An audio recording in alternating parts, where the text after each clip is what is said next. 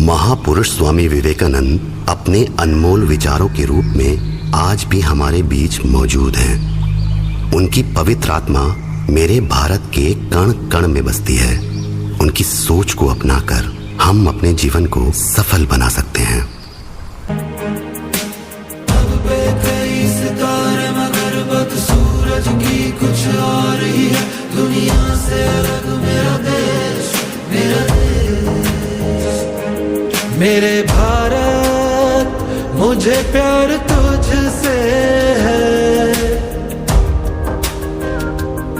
मेरे भारत मुझे प्यार तुझसे है।